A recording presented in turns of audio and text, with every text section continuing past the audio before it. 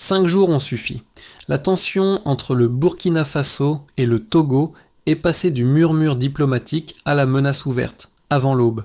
Ouagadougou réclame l'extradition de Paul-Henri Damiba, accusé d'avoir orchestré un complot visant 19 officiers, pendant que Paris invoque des accords et prévient contre toute incursion. Dans cette attente, qui s'éternise, que signifie pour les citoyens la retenue stratégique d'Ibrahim Traoré, quand chaque heure sans réponse nourrit la méfiance? Un transfert de 100 millions de francs CFA, des messages interceptés, puis un communiqué. Le silence cesse d'être vide et devient une arme. Ce qui se joue ici dépasse un simple dossier d'extradition ou un bras de fer bilatéral. L'enjeu est plus large. Savoir jusqu'où un État sahélien peut défendre sa souveraineté sans déclencher un engrenage régional dont il ne contrôlerait plus le rythme. Pour le lecteur, l'intérêt est clair, comprendre les lignes invisibles qui transforment un silence diplomatique en risque sécuritaire et un communiqué en signal stratégique. Derrière chaque mot pesé à Ouagadougou, à Lomé ou à Paris, il y a des coups humains, politiques et symboliques. Avec Ibrahim Traoré au centre de l'équation, cette crise devient un test de méthode. Patience calculée ou action rapide, retenue stratégique ou démonstration de force. Une seule certitude domine. Dans le Sahel actuel, chaque décision laisse une trace durable. 3 chiffres suffisent à faire basculer la lecture du dossier. 40 tentatives d'assassinat recensées, on a 19 officiers visés la même nuit, 100 millions de francs CFA identifiés dans des transferts suspects. Ces données transforment une crise diplomatique apparente en affaire de sécurité nationale structurée. Elles expliquent en fait pourquoi, à Ouagadougou, l'attente n'est pas perçue comme une simple lenteur administrative, mais comme une phase active d'un rapport de force invisible. Autour d'Ibrahim Traoré, les services de renseignement comprennent alors que Paul-Henri Damiba n'est pas un fugitif isolé, mais un maillon inséré dans une chaîne régionale plus large. Le contexte est celui d'un Sahel encore marqué par des tentatives répétées de déstabilisation. Après l'échec sanglant du dernier complot, les autorités burkinabées pensaient avoir repris le contrôle. Réseau désorganisé, sécurité renforcée, vigilance accrue. Pourtant, un détail relance tout. Des messages interceptés relient d'anciens officiers en exil au Togo à une cellule dormante à Ouagadougou. Les dates concordent, les itinéraires financiers aussi. Ce recoupement donne une profondeur nouvelle au dossier et oblige le pouvoir à sortir du silence prudent. Dans le même temps, le Togo adopte une posture d'attente, pesant chaque mot.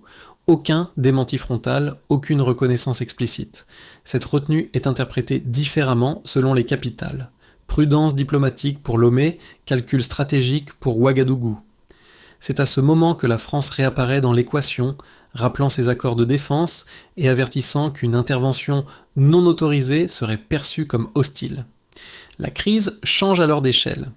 Ce qui relevait d'une exigence judiciaire devient un test régional, où Ibrahim Traoré doit arbitrer entre pression visible et patience calculée. Dans cette phase d'incertitude, le rôle du chef devient un repère. À Ouagadougou, les couloirs de la présidence sont décrits comme silencieux, presque suspendus. Les conseillers entrent et sortent avec des dossiers serrés contre eux pendant que les rapports de renseignement s'accumulent. Ibrahim Traoré écoute, interroge, tranche peu en apparence. Cette retenue n'est pas une absence d'action, mais une manière de tenir le centre de gravité politique quand chaque geste peut être interprété comme une provocation. Les impacts précoces de la crise se font sentir bien au-delà des chancelleries. Au sein de l'armée, les officiers identifiés comme cibles du complot sont placés sous protection renforcée. Les procédures internes changent, les communications sont resserrées et la méfiance devient une norme opérationnelle. Pour les soldats de rang, cette vigilance accrue rappelle que la menace n'est pas abstraite, mais intime, inscrite dans les noms et les visages. Dans la société civile, les effets sont plus diffus, mais tout aussi réels. Les rumeurs circulent vite, alimentées par les réseaux sociaux et par le silence officiel du Togo.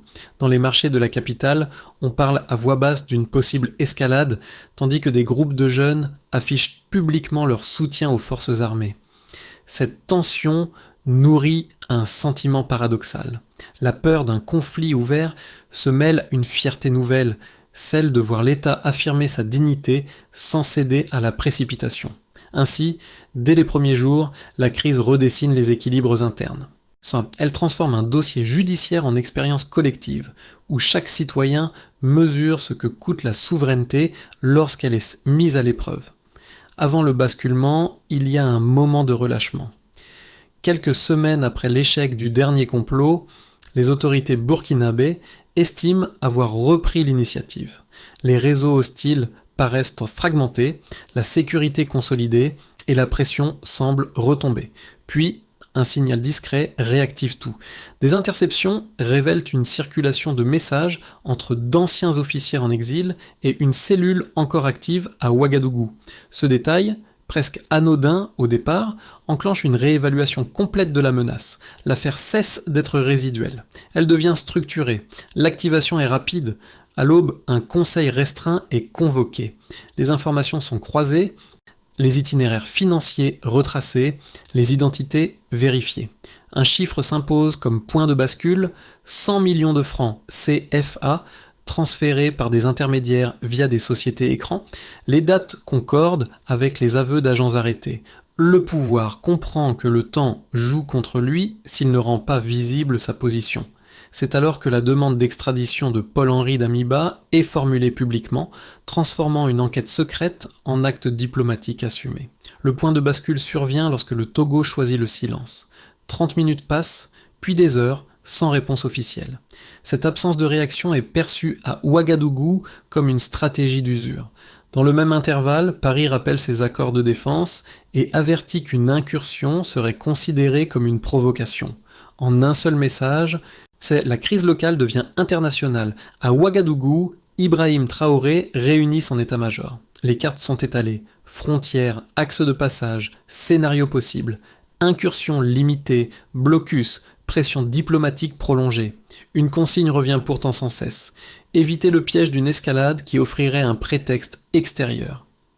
Les ondes de choc se propagent immédiatement. Dans les casernes, l'alerte est relevée sans agitation visible. Les soldats attendent, disciplinés, pendant que la radio nationale diffuse des messages de calme et de vigilance. Dans les rues, la population observe, partage des rumeurs, interprète chaque coupure d'électricité ou chaque panne comme un signe. Les réseaux sociaux amplifient le soutien au pouvoir, mais aussi l'impatience. Deux lectures s'opposent déjà. Agir vite pour laver l'affront, ça, ou tenir pour ne pas perdre l'avantage moral. Ainsi, en moins d'une journée, la séquence transforme une revendication judiciaire en test stratégique. Le rythme s'accélère, non par les armes, mais par les mots et les silences. La crise entre dans une phase où chaque heure pèse plus lourd qu'une manœuvre militaire. La solidité du dossier repose moins sur des déclarations que sur des éléments mesurables, patiemment accumulés. D'abord, un repère chiffré s'impose, 40 tentatives d'assassinat recensées contre le pouvoir depuis l'arrivée d'Ibrahim Traoré. Ce total n'est pas présenté comme une statistique brute, mais comme l'indicateur d'une pression continue, diffuse, qui s'inscrit dans la durée plutôt que dans un événement isolé.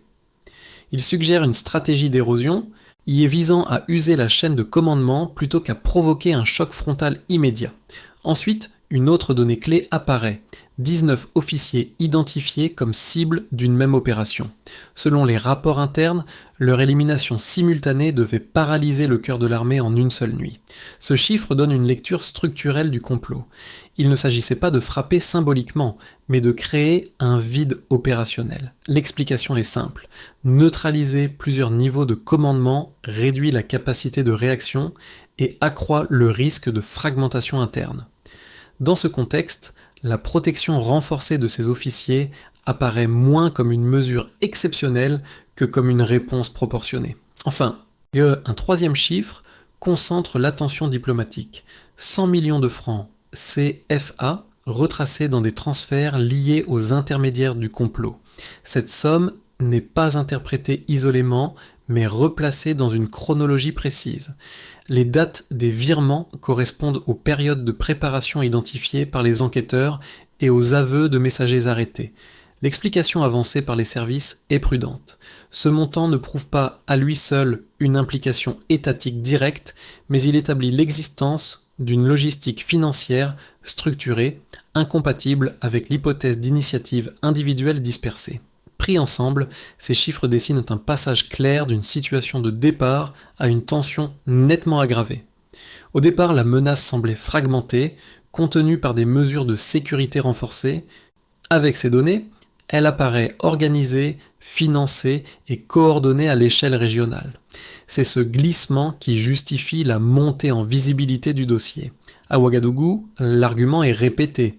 Sans exposition contrôlée, ces éléments resteraient enfermés dans des rapports internes, incapables de produire un effet dissuasif. La dimension quantitative sert aussi un objectif politique. Elle permet à Ibrahim Traoré de maintenir une ligne de retenue stratégique tout en démontrant que l'inaction n'est pas synonyme de faiblesse. Chaque chiffre devient un signal aux alliés pour montrer la cohérence du dossier, aux adversaires, pour rappeler que les traces existent, aux partenaires extérieurs, pour cadrer le débat sur le terrain des faits plutôt que des intentions. Ainsi, la guerre des récits s'ancre dans des repères mesurables en transformant des soupçons en arguments structurés. Dans cette phase, les nombres ne ferment pas la discussion, mais ils en fixent les limites. Ils réduisent l'espace de dénégation sans forcer l'escalade et donnent à la patience affichée une assise rationnelle. La question n'est plus de savoir si une pression existe, mais combien de temps elle peut être contenue sans changer de nature. Deux camps se dessinent nettement dans le débat qui traverse le Burkina Faso et, plus largement, l'espace sahélien. Le premier plaide pour l'action rapide. Ses partisans estiment que l'extradition exigée ne peut rester lettre morte sans affaiblir l'autorité de l'État. À leurs yeux, chaque jour de silence supplémentaire alimente l'humiliation nationale et renforce l'idée que la souveraineté proclamée n'est pas pleinement assumée. Il rappelle que des précédents militaires récents, lorsque la décision a tardé, la situation s'est dégradée. Lorsque l'initiative a été prise, le rapport de force s'est rééquilibré. Dans cette lecture, une opération ciblée serait moins risquée qu'une attente prolongée qui laisse l'adversaire choisir le tempo. Le second camp adopte une position inverse, plus discrète mais structurée. Il met en avant le risque d'un engrenage juridique et sécuritaire. Une action unilatérale sur le territoire togolais pourrait être interprétée comme une violation frontalière, offrant un fondement légal à l'activation d'accords de défense existants. Pour ces analystes, la victoire ne se mesure pas à la capture immédiate d'un homme, mais à la capacité de l'État à démontrer sa maîtrise du cadre international. Ça, il souligne que transformer un dossier judiciaire en incident militaire ferait basculer le débat du terrain des preuves vers celui des perceptions, là où les marges de manœuvre se réduisent. La réponse factuelle du pouvoir cherche à intégrer ces deux lectures sans s'y enfermer. D'un côté, les éléments chiffrés et documentés sont rendus visibles pour montrer que la pression existe et qu'elle est fondée. De l'autre, l'absence d'incursion militaire préserve l'argument central. Aucune provocation n'a été commise. Cette ligne permet à Ibrahim Traoré de maintenir une tension contrôlée où la menace est crédible mais non exécutée. Les faits sont exposés progressivement, les canaux diplomatiques multipliés, et chaque silence adverse est consigné comme un signal plutôt que subi comme une défaite. Ainsi, le débat n'oppose pas courage et prudence, mais deux conceptions du temps stratégique. La question n'est pas seulement quand agir, mais comment empêcher que l'action elle-même ne devienne le piège recherché par d'autres. Dans cette optique, la retenue n'est pas un renoncement, mais une hypothèse de travail, constamment réévaluée à l'aune des faits disponibles. À ce stade, la crise change de nature. Ce qui paraissait être un affrontement latent entre États révèle une mécanique plus subtile, fondée sur l'interprétation des gestes et l'exploitation des silences. Le cœur du basculement tient à une idée simple, provoquer une réaction pour redéfinir le cadre du conflit. Dans cette lecture, l'absence de réponse officielle n'est plus seulement une prudence diplomatique, mais un moyen de pousser l'autre camp à commettre l'erreur visible. Cette révélation éclaire rétrospectivement les choix opérés jusque-là. La publication graduelle d'éléments, la multiplication des communiqués mesurés et l'insistance sur les preuves chiffrées dessinent une stratégie d'exposition contrôlée. L'objectif n'est pas d'obtenir une réponse rapide, mais de déplacer le débat sur un terrain où chaque acteur est contraint par ses propres engagements. Pour Ibrahim Traoré, cette approche permet de maintenir l'initiative sans franchir de seuil irréversible. La pression existe, mais elle est cadrée. À partir de ce moment charnière, la question centrale se reformule. Il ne s'agit plus seulement de savoir si l'extradition aura lieu, mais qui portera le coup symbolique de l'impasse. Chaque jour, sans réponse, devient un élément du dossier, chaque rappel juridique, une balise supplémentaire. La crise cesse d'être linéaire. Elle devient cumulative, construite par l'addition de signaux faibles qui, mis bout à bout, redessinent le rapport de force. Cette prise de conscience marque un tournant. Elle explique pourquoi la retenue affichée n'est pas une pause, mais une phase active, pensée pour durer. À partir d'ici, les conséquences ne se mesureront plus uniquement en décisions spectaculaires, mais en effets concrets sur les acteurs concernés. Au niveau de l'État, la crise produit des effets immédiats et mesurables. Que les dispositifs de sécurité intérieure sont renforcés, les protocoles de communication révisés et les officiers identifiés comme cibles bénéficient d'une protection accrue. Cette réorganisation ne vise pas seulement à prévenir un risque, mais à signaler la capacité institutionnelle à absorber la pression sans se désarticuler. Pour Ibrahim Traoré, l'enjeu est double. Éviter la panique administrative et démontrer que la chaîne de commandement reste intacte malgré les menaces répétées. La souveraineté se manifeste ici par la continuité de l'action publique. Sur le plan économique, l'impact est plus ambigu. Plusieurs entreprises étrangères, notamment dans le secteur minier, suspendent temporairement certaines opérations par crainte d'une dégradation du climat sécuritaire. Ce gel partiel pèse sur l'activité locale et alimente l'incertitude. En parallèle, des investisseurs régionaux, maliens et nigériens notamment, expriment leur disponibilité à reprendre certaines concessions. Cette substitution progressive ne compense pas immédiatement les pertes, mais elle révèle un déplacement du centre de gravité économique où le risque devient un facteur de solidarité régionale plutôt qu'un simple frein. Pour la population, les conséquences se vivent au quotidien.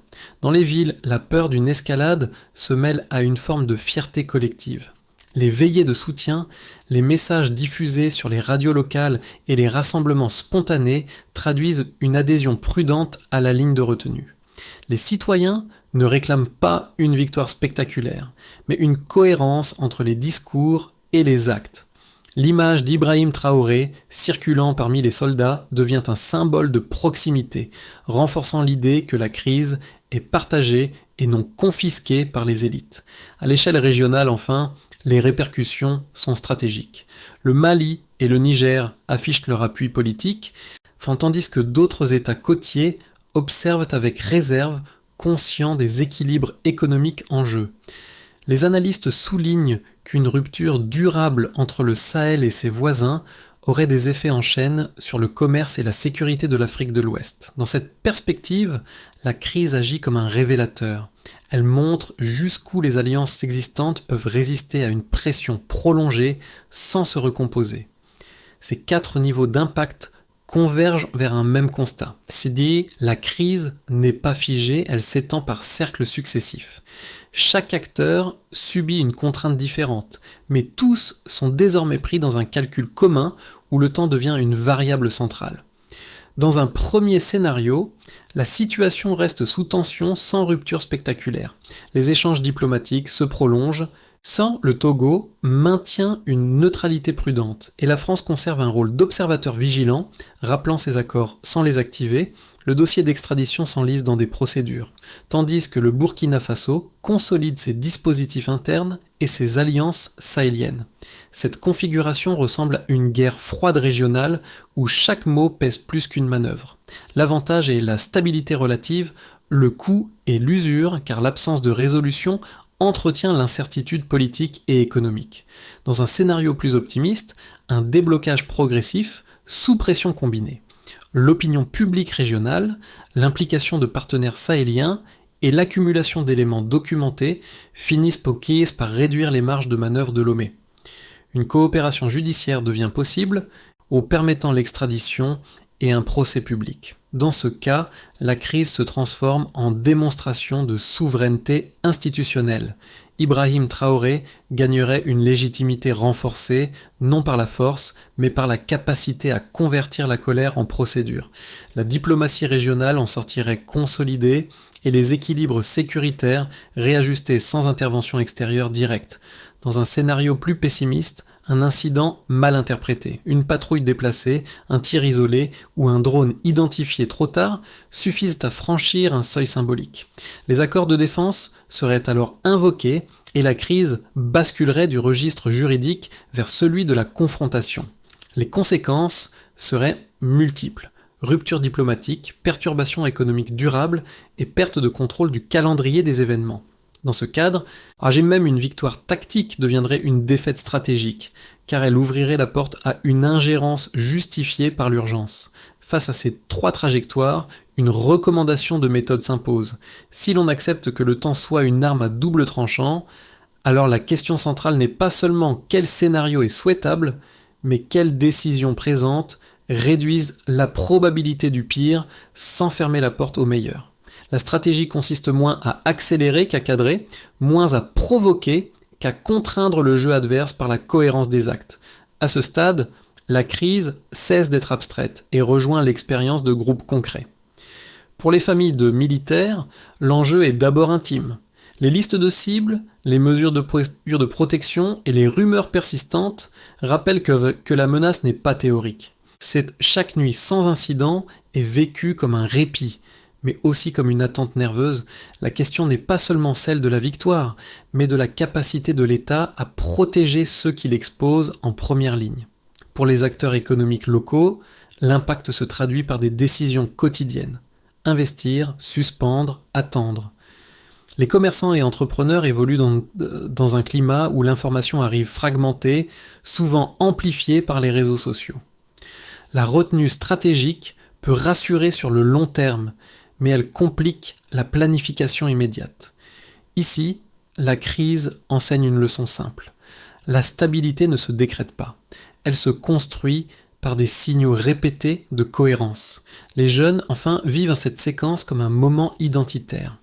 Beaucoup n'ont connu que des transitions brutales et des promesses inabouties. Voir Ibrahim Traoré maintenir une ligne sans céder à la précipitation alimente une attente différente, celle d'un leadership capable de durer.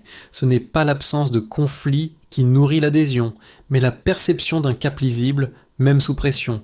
Pour le lecteur, ces trajectoires invitent à une réflexion personnelle.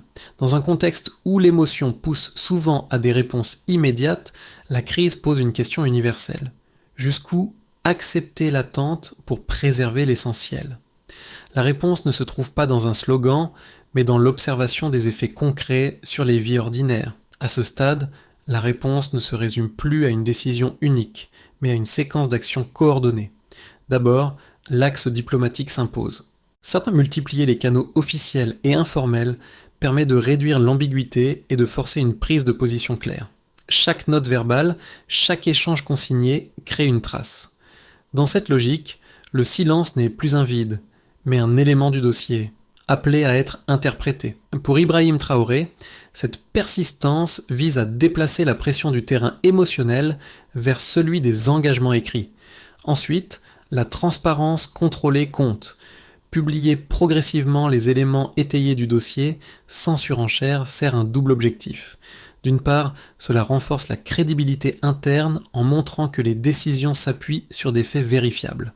D'autre part, cela limite les récits concurrents à l'extérieur, en cadrant la discussion autour de données précises plutôt que de soupçons. La temporalité est ici essentielle. Trop vite, l'effet se dissipe. Trop lentement, la méfiance s'installe. Puis, la souveraineté opérationnelle devient centrale.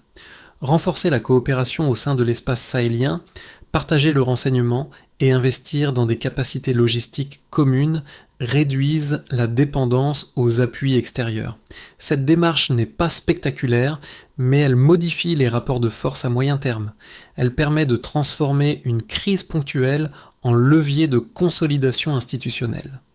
Enfin, la mobilisation civique joue aussi un rôle.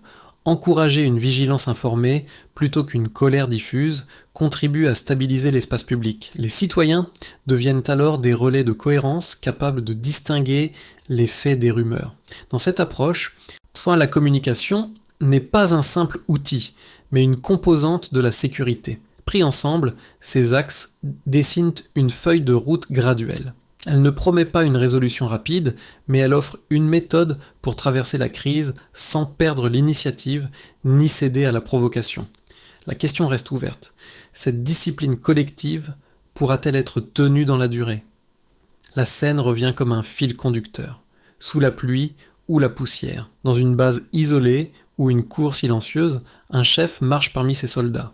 Cette image, devenue familière, ne tient pas à un geste spectaculaire, mais à une présence répétée. Elle résume une attente collective. Tenir, même quand l'issue reste incertaine. Dans cette crise, Ibrahim Traoré n'incarne pas seulement une autorité politique, mais une endurance partagée, faite de fatigue, de retenue et de détermination. Le motif du silence, longtemps perçu comme faiblesse, change de sens. Il devient un langage à part entière chargé de prudence et de calcul. Là où d'autres verraient en une pause, beaucoup lisent une discipline. Les marchés rouvrent après chaque alerte, les enfants reprennent leur jeu près des véhicules militaires, et la vie ordinaire s'ajuste sans se rompre. Cette normalité fragile est peut-être l'indicateur le plus parlant de la stratégie en cours. Les paroles recueillies à la radio ou dans les rues convergent vers une même idée. Personne n'exige des victoires éclatantes. Ce qui est attendu, c'est la capacité à ne pas céder à la provocation, à préserver l'essentiel quand la tentation de l'affrontement est forte. Dans ce sens, la crise agit comme un miroir. Elle renvoie à chacun la question de ce qu'il est prêt à supporter pour éviter de perdre davantage. Au terme de ce parcours, une certitude s'impose. La véritable épreuve ne se joue pas uniquement dans les communiqués ou les scénarios, mais dans la constance. Tenir la ligne, jour après jour, devient un acte politique en soi. Au bout de cette séquence, la crise ne livre pas de conclusion définitive, mais une invitation à réfléchir collectivement. Elle met en lumière une tension que beaucoup de sociétés connaissent. Le désir de réponse rapide face à la nécessité de préserver un cadre plus large. Dans le cas présent, le silence, la retenue et l'exposition progressive des faits ne sont pas des fins en soi, mais des choix qui engagent en l'avenir. Ils interrogent la manière dont une souveraineté se construit, non dans l'instant, mais dans la durée. Pour les observateurs, pour les citoyens, pour les partenaires régionaux, l'enjeu dépasse un nom ou un dossier précis. Il touche à la capacité d'un espace politique à résister à la provocation sans se dissoudre dans l'attente. La trajectoire suivie par Ibrahim Traoré sert alors de point de repère, non comme un modèle figé, mais comme une expérience en cours, avec ses risques et ses paris assumés. La question qui demeure n'appelle pas une réponse immédiate, elle demande du recul et du débat. Jusqu'où une société est-elle prête à attendre pour éviter une victoire qui se paierait trop cher ? Et à quel moment l'attente elle-même devient-elle un coût insupportable ? C'est dans cet équilibre fragile entre patience et décision que se joue peut-être l'une des leçons majeures de cette crise.